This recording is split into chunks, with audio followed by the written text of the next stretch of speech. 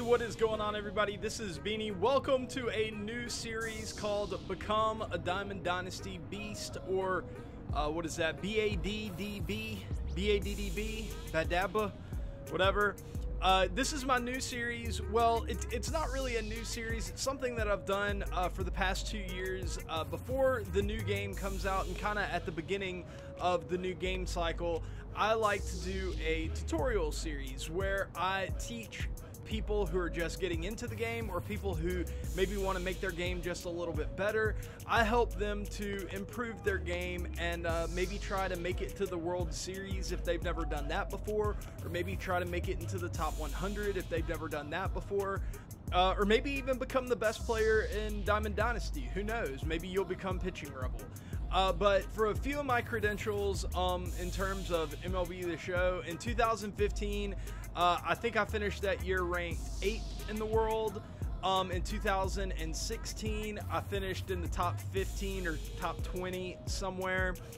In 2017, I was in the top, really like the top 100. The past 2 years I haven't put in a lot of effort in terms of my leaderboard ranking and all that. And then last year I wasn't even in like the top, you know, like 3 or 4, maybe the top 300, something like that. But I didn't really like the game very much in 2018, so I didn't really put a lot of effort into it. But in terms of pure skill, I would call myself, at least right now, at least like a top 50, top 75 player. So I'm pretty good at the game. And yeah, I figured I would make this series. It tends to do really well on YouTube, and it tends to help out a lot of people. A lot of people responded back last year saying that it made them a lot better. And so that's what we're going to do. But we're not going to get into the advanced stuff right off the bat. The first video, I always do this for the first video of the tutorial series. I like to go over the settings. I like to go over which settings are the best, which ones you should be using, which ones are 100% necessary, you've got to get used to this, and which ones are preference, and you know, where you maybe get a little more creative and just figure out what's comfortable for you.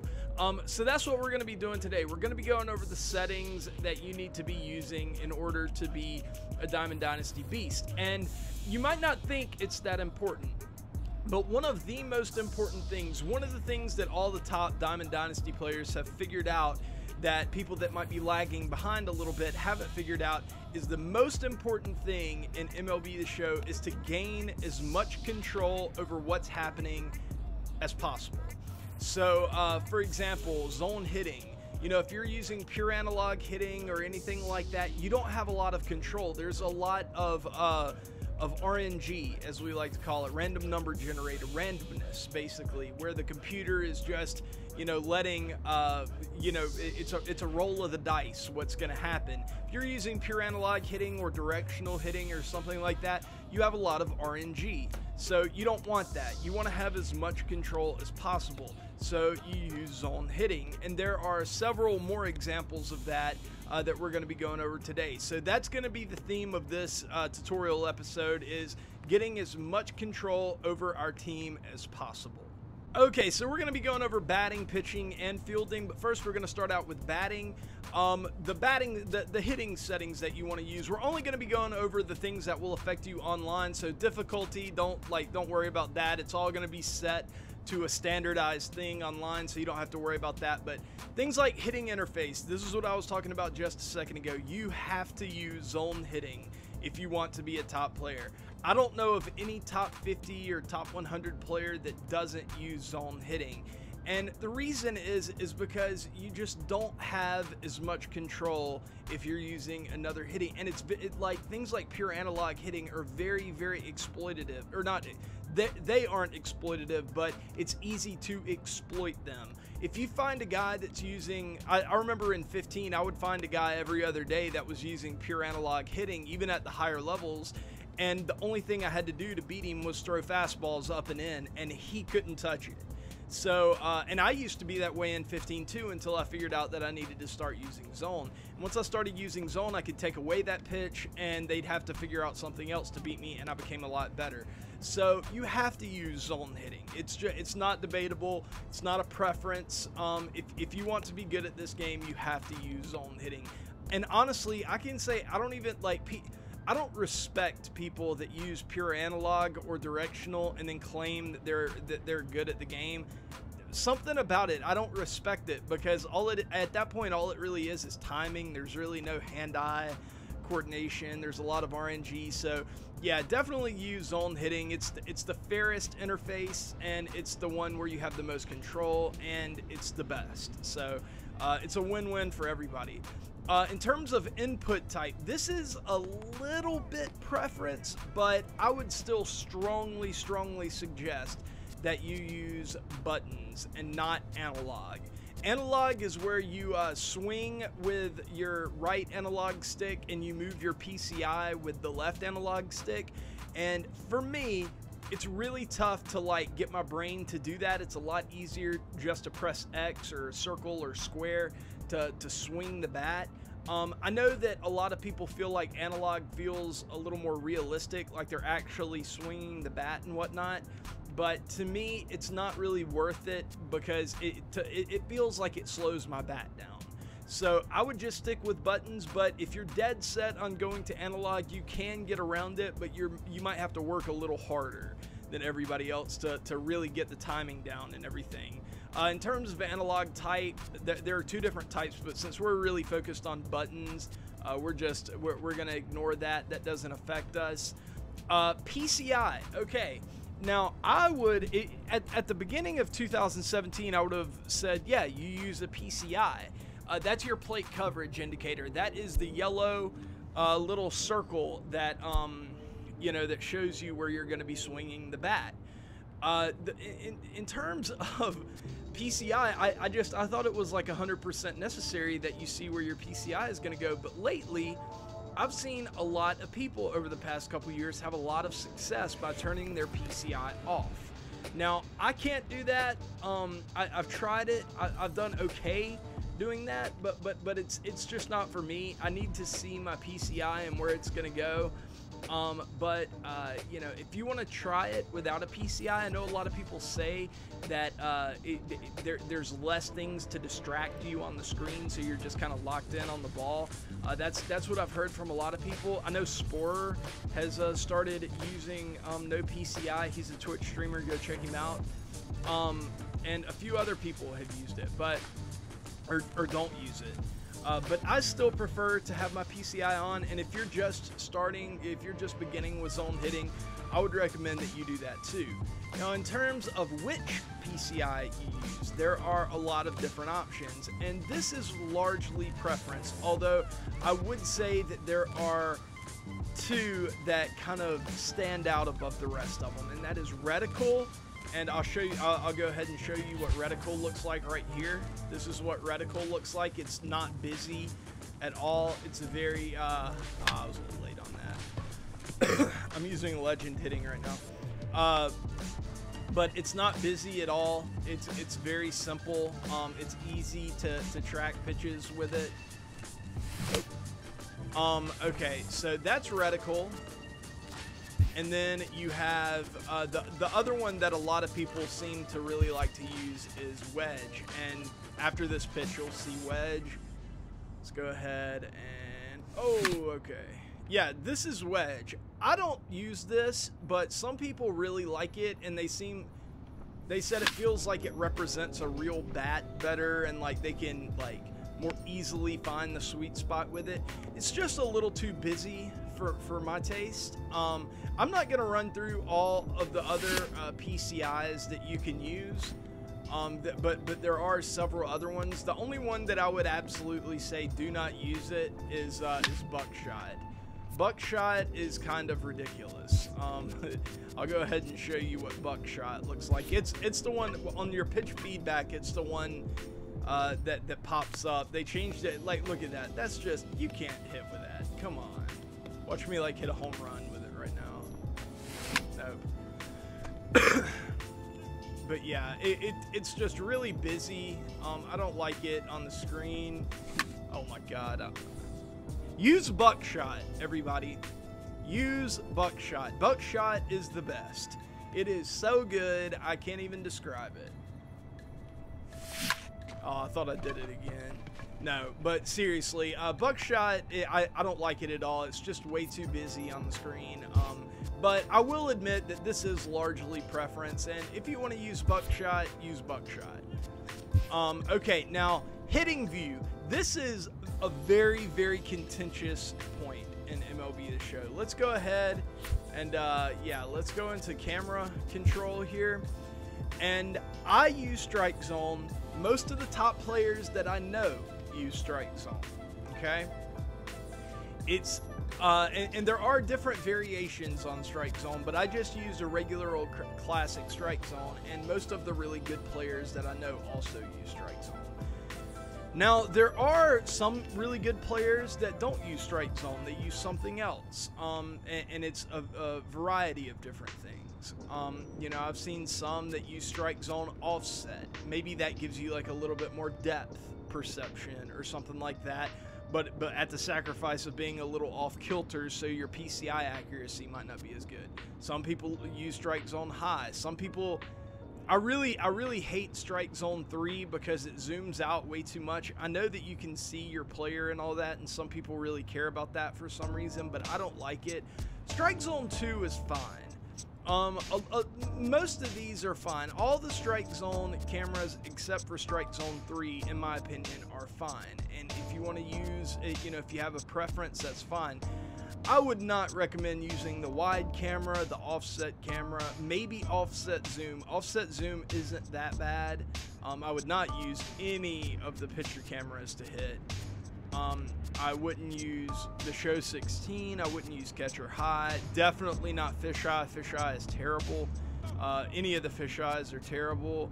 The Show 15, that's not terrible, but it's still a little too zoomed out. Zoom, maybe you can use that. But mostly, in all honesty, guys, strike zone, one of the strike zone cameras, except for strike zone 3, is going to be the sweet spot. Now, you may ask why. Why is it that big of a deal? Well, in strike zone camera, you are right there, zoomed right there in on the strike zone. So it's way easier to read pitches coming out of the pitcher's hand. It's way easier to track pitches. Your PCI is bigger to you. I mean, it's not bigger in reality, but to your eyes, it's bigger. So you feel like you have more wiggle room when you're hitting, and just mentally feeling like you have more wiggle room when you're hitting does actually make you a better hitter. I know it sounds strange, but it really does, because you're more confident when you're moving the PCI around the strike zone, and it can lead to, you know, more confident swings, which leads to better results. So yeah, I would definitely recommend using one of the strike zone cameras. To me, it's a no-brainer, but to some people, they like to do something else. They value something else more. But to me, competitively, use strike zone. Okay, and finally with hitting, is that it? Okay, yeah, in play view. This is largely preference, but I do think that there are advantages to using the medium view. I know it's not gonna show right here what they all look like, but in my opinion, all of these other in-play views have something that's wrong with them. The high camera is a little too steep. It looks really odd, and the cuts between you hitting the ball and going to the high camera view, it's really awkward and quick, and I don't know, it's just kind of jarring how quick it happens. Broadcast is okay, but the cut is kind of like the high camera. It's just so dramatic that it can really throw you off of like where the ball is going and knowing exactly what you need to do. Retro, don't use retro. I hate retro. It's terrible. And dynamic is really solid. The only problem with dynamic is when you hit balls really deep into the gap. The ball here, let me try to show you. I'll try to show you here. I can't guarantee anything. I'm facing Kershaw and Legend right now. But if you hit a ball really deep, you can't see what is going on out there at all, because you're still kind of stuck at home plate, or you know, right behind your runners. So you can't really tell like if they've got the ball, if they're really close to getting the ball. It's just very hard to tell what's going on. So that makes it really difficult to make base running decisions in those situations. So I don't think he's going to give me a good pitch here to hit. One more pitch to try. Well, yeah, okay, that's perfect. Look, you see, it's like really hard to tell. Like, I thought that was going out for a second, but it wasn't. It was going right to that guy. It's very hard to tell, like, depth perception wise where that ball is going to end up going. Whereas with the medium view, the medium in play view on offense, we'll quickly try. I'm just going to try to put this one in play. You see, it's a very smooth cut. It follows the ball perfectly. You know exactly what's happening with your base runners. You can make very easy decisions on the base running path. To me, it's just by far the best view. So I would use medium in play view. So I don't want to get too much into that because, like I said, it largely is preference, but I do think there are a couple very small benefits to using the medium camera. So, okay, that's it for hitting. Now let's move on to pitching, which is quite a bit more contentious than hitting. There are a lot of people that just refuse to use pure analog pitching. And to show you what I mean by pure analog pitching, it's just this interface up here that you can see at the top of the screen right here. You see, that's a bad pitch. This is a good pitch. That's a good pitch, even though he hit it pretty hard. That was accurate. But you can see that the ball is going wherever I tell the ball to go. Now, the reason people don't like this is, and see, if I make a mistake like that, it's going, the mistake, I know it's my fault. It gives me complete control over where the ball is going with a very, very small degree of variance. You know, like every now and then you might get like it might be off by like an inch or two. Okay, and that is a lot better than something like meter pitching. Let's show you meter pitching. Okay, let's aim right there, and then okay, see, that's not even close. I missed my thing by a lot. I haven't done meter pitching in a long time. Let's see. Okay, that one was pretty accurate, but I was still off a little bit. Let's try a slider here. Okay, see, I was perfectly accurate on that one, and it still didn't really go exactly where I wanted it to. If I do that, see, that's not even close to where I want it. There's just a lot of randomness involved, and it's the same thing with pulse pitching or classic pitching. But with pure analog, it's very, very close to what you want to do. You have a lot more control. The reason people don't like it, though, is that it's a lot harder. It's a lot harder to get used to. But what I would do if I were you, if you're looking to get better in 19, I would go into MLB 18 right now, and I would start pitching with pure analog all the time in practice mode or whatever. I would start using it as often as I could to get used to like where to put your fingers. I'm going to have a tutorial on pure analog pitching and pitching in general in a few days. But for this, I just know that make the switch to analog and you'll be a lot better off. You know, it's not as necessary as zone hitting. Like, you can get by with meter pitching or pulse pitching or whatever. You can get by with it. And you can maybe even be a really good player, maybe even a top player with it. But I can promise you that you won't be as good as you would have been if you would have put in the work and the practice to get good at pure analog. So that's my argument for pure analog. That's what I would use. As far as the other stuff pitching, pitch feedback, leave that on. Pitching view, this is another thing that's very contentious, and a lot of people disagree with me on this, and I don't know why. It seems so obvious to me. But a lot of people will use this pitching view right here. They'll use this pitching view, and I don't understand why. Okay, first of all, what are the benefits behind using this view? I mean, I can't think of very many other than it looks like you're watching the TV. You know, I guess that's kind of sort of cool. The benefits of strike zone, though. Okay, first of all, you're using the same camera that you're hitting with.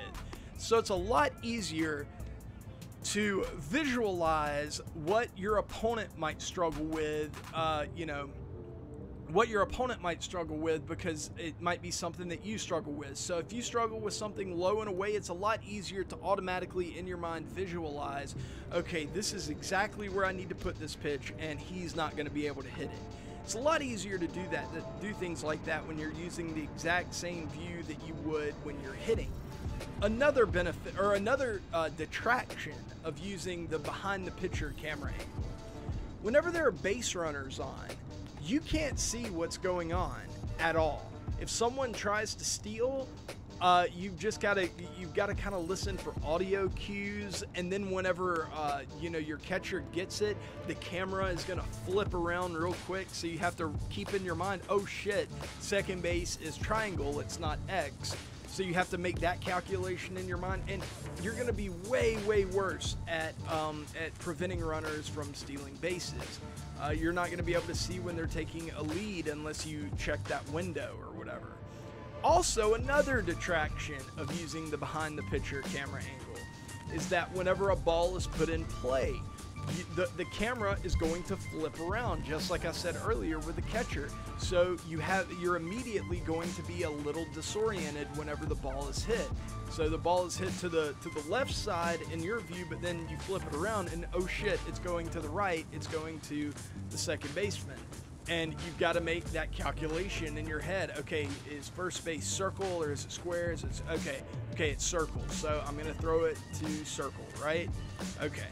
So with the strike zone camera, you don't have that. Using strike zone camera in medium view defense. Okay, I said that the in-play defense, or the in-play camera view for offense is kind of like a preference thing.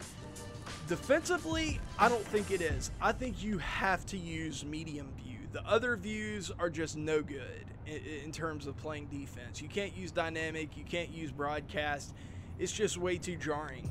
And but even if you use medium view, I still think that it's a bad idea to have the camera behind the pitcher, because it's still just going to be way too disorienting. So my suggestion is whatever you hit with, whatever view you hit with, pitch with that view as well. Okay, the pitching ball marker. I think most people like to use pitch trail on, not fade. Don't use the fade, use on. But personally, I like to use the classic view. That is the yellow lines that you see. Well, the yellow lines that you see right there, that's the classic. And then pitch trail is a little bit different. It doesn't really matter which one. It's just the one that's most, I guess, aesthetically pleasing to you. I prefer classic, but other people prefer trail. So that's that. Okay, that's it for pitching. On to fielding. And fielding is largely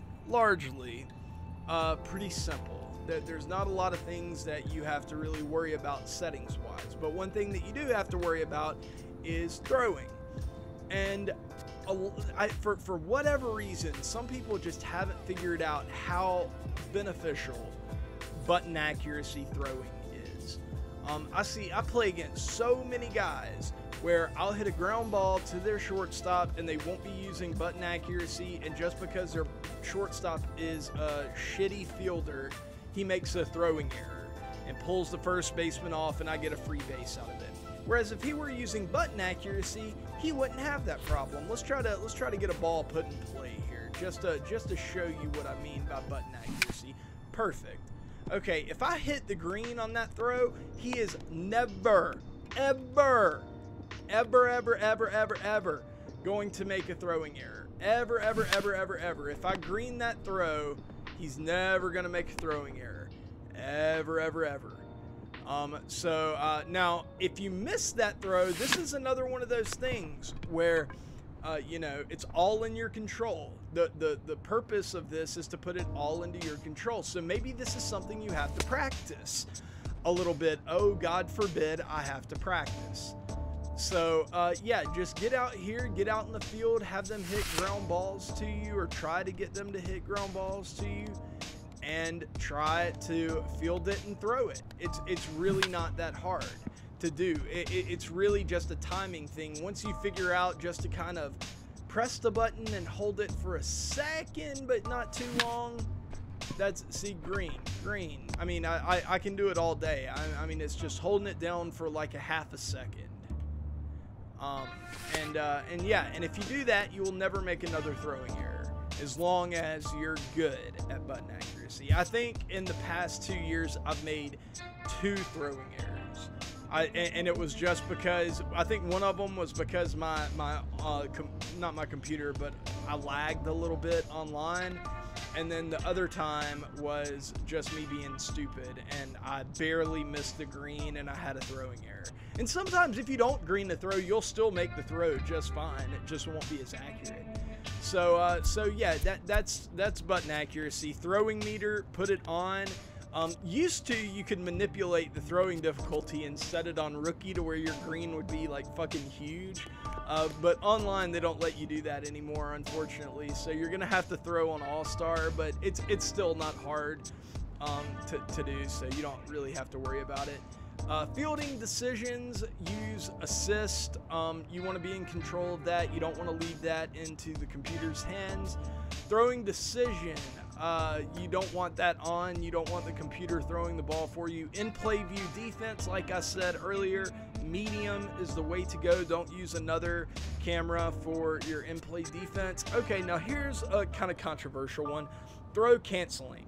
Throw canceling does put you in more control of your player. But personally, this is the one thing that I've never been able to like figure out consistently, how to throw cancel consistently. Because a lot of times I will, like when I'm doing my throwing meter, I'll just kind of tap the first base button twice when I'm wanting to throw it to first. And if I have throw canceling on, that's going to cancel the throw. But if I have it off, it'll just kind of reset the meter and I'll do it again. And I don't know why I do that. It's just kind of a habit. But whenever I try to turn throw canceling on, for me, personally, it ends up doing more harm than good. I end up making way more mistakes with it. Now, there are some guys who are legendary with throw canceling. I mean, they have pump faked me out like crazy and gotten me to make horrible base running mistakes, and just they're so good with it. Way better than I am with it. So if you think you can be one of those guys and you want to kind of practice throw canceling and stuff like that, so you can, you know, pump fake opponents and, you know, just get them to make mistakes, and you don't think you're going to make mistakes, then turn it on and see what's up. But if you're not that confident that you can do that, I would recommend turning it off. And in terms of one button dive and jump, I've never used that. I don't even understand really why that's a thing. It's like, it's not that hard to have those two separated into 2 different buttons, so I don't really get that. Everything else, defensive shift, I would turn defensive shift manual. I don't like having the defense automatically shift for me. I think that that's kind of stupid. I wish that they would do that, make everybody do that online, manually shift your players. So yeah, I don't understand why they don't do that, why they auto shift so much, but I turn it on manual, and if I want to put a shift on somebody, I'll do it manually. I don't want the computer making that decision for me. So anyways, that is it, guys. God, that was a long video, or a long recording anyway. But yeah, guys, that is it. And you know, if you have any questions, leave them in the comments. I will try to address them in the comments or in a video coming up if I think that it warrants some airtime. So yeah, just let me know. You know, if you think I made any mistakes, if you think that something you know, is more of a preference, but I kind of represented it as something that you had to do, you know, voice your objections in the comments in the form of an objection. You have to do it like the courtroom, like objection. That's how you have to do it, or I won't respond to it. Anyways, guys, I love you guys. And tomorrow, I know that this one was kind of a boring episode, but tomorrow we're getting into the real juicy stuff. We're getting into zone hitting, analog pitching, how to field good, how to take good routes and stuff like that.